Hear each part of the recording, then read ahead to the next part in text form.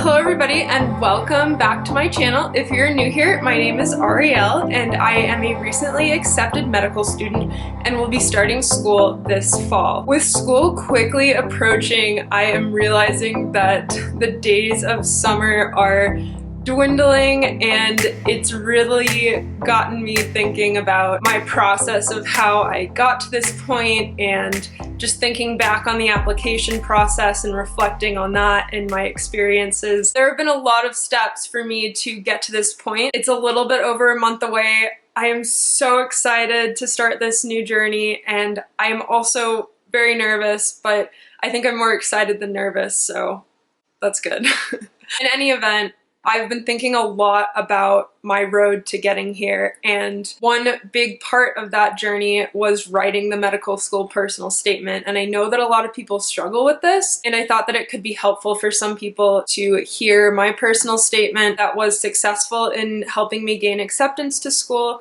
I do want to reiterate that the personal statement is such a huge, important component of your medical school application. I can't say that enough. So another reason why I thought it would be interesting to go back and read this personal statement to you guys is because I wrote this statement back in 2017. And yes, I am only starting medical school now. A lot has happened since then, and a lot of this I've talked about in previous videos, so I'm going to go ahead and link some of those videos above that go into my timeline and how I've gotten to this point and the obstacles I've encountered. Another big component of this is I deferred starting medical school. So what that means is that I was accepted. I was supposed to start with that incoming class, and due to external events that happened and personal events that happened in my life, I decided to wait a year to start school. So this personal statement was written so long ago, and it's been a while since I went back and read it, but I figured that could be a fun video to make. I'm going to go ahead and share that with you guys. I do want to just remind you that this is a personal statement. It's about my experience and why I wanted to go into medicine. I will just put a little disclaimer in there. A lot of things have since changed. Like I said, I've had a lot of time from when I wrote that statement to now, and I've had so much happen in that time frame that have just only added and fueled my desire to enter the medical field. And maybe in the future, if people are interested in it, I will talk about it in another video, but it's a lot to unpack. If you like this video, go ahead and give it a thumbs up, and please comment if you have any questions about my personal statement. Another thing I wanted to put in here really quickly is that I have made a video previously about what not to do when you're writing your personal statement. I will go ahead and link that above and also in the description box down below. And if you are writing your personal statement or starting to think about writing your personal statement, go ahead and check out that video. Before I read this to you guys, I also wanted to say that this is a very personal essay. It details my personal reasons for why I wanted to go into medicine. And if you are interested in knowing why, this is why I am going into the medical field and why I decided to pursue becoming a medical student and hopefully one day a doctor. So without further ado, let's begin. I am going to read it from my computer, so I won't be looking at the camera, but I'm gonna do my best to relay this story to you. I'm just gonna drink some water. Gotta stay hydrated. Okay, here we go. My mother's due date was the day of my father's first space shuttle launch. Born into an extended family of ambitious men and women who became my role models, I seemed almost predestined to pursue a career in aeronautics. The Johnson Space Center was more or less my nursery, but to my family's surprise, I toddled right past the world-famous astronauts, mesmerized instead by those dressed in long white coats. In particular, the flight surgeons captivated me. Who are these men and women, charged not with launching rockets, but with caring for their cargo? As a child, I frequented NASA's spaceflight clinic and was allowed to observe a variety of pre- and post-flight medical studies. Between the diagnostics, pre-flight checklists, some of the most advanced equipment on the planet, and the constant stretching of the human body's limits, I was hooked. The magic of it all captivated me. As years passed, nothing else gave me the same sense of wonderment, and I knew I had found my calling in medicine. After a decade of showering NASA's flight surgeons with constant questions, I became a certified nursing assistant in high school and was subsequently hired by a long-term care facility as a college freshman. I was young and naive at that point, and the nursing home was quite a shock after my experiences in NASA's clinic. On my first day as a CNA, a woman was in the final stages of her life when my rounds brought me to her room.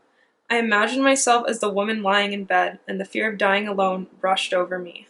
She coughed and her eyes met mine, connecting us. Her eyes seemed to beg me to stay by her side for just a little longer.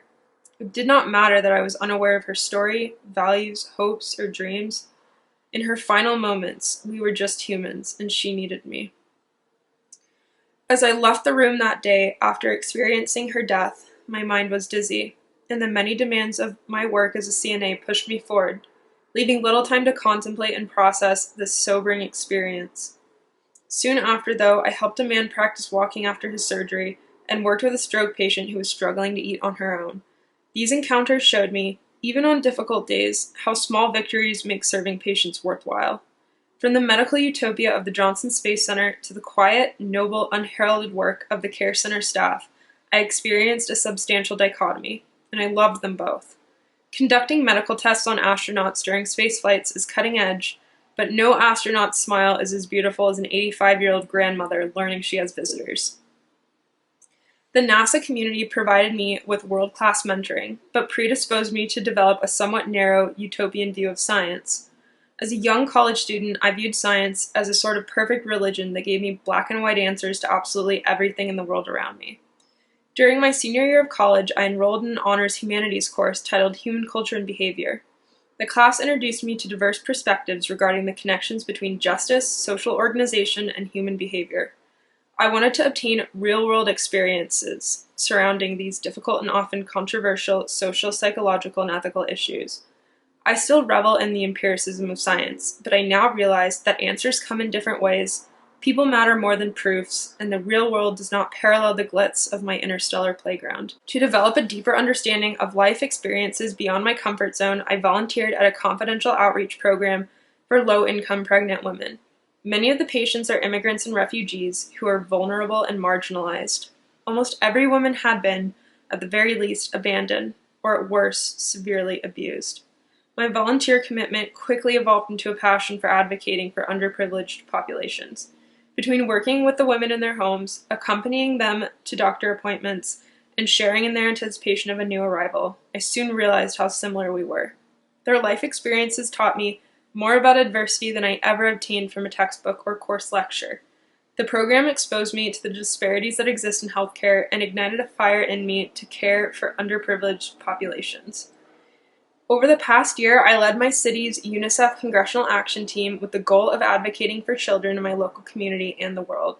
This provided invaluable hands-on experience working within the political system to make the changes necessary to serve the healthcare needs of children worldwide. My dream to enter the medical field was sparked by the NASA flight surgeons, and my keen interest in science fuels my pursuit of becoming a physician. Through working at the nursing home, I developed a deep-held desire to lead a team to improve the health and lives of my future patients. My experience as a UNICEF Congressional Action Team leader taught me how to advocate for change in the medical field effectively. Although I may never leave Earth, I know I will make a more significant impact on the lives of patients as I dedicate myself to a lifelong responsibility of healing as a physician. So, that was my personal statement. I hope that you enjoyed listening to it. Again, that was my story at the time of what influenced me to go into the medical field.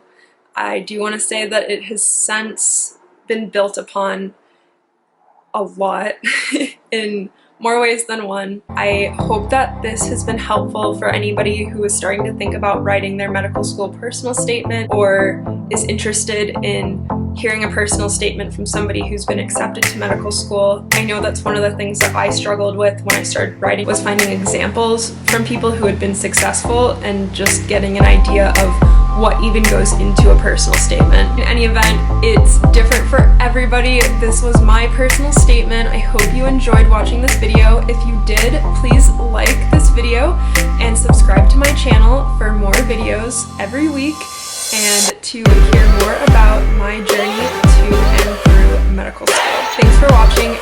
will see you in the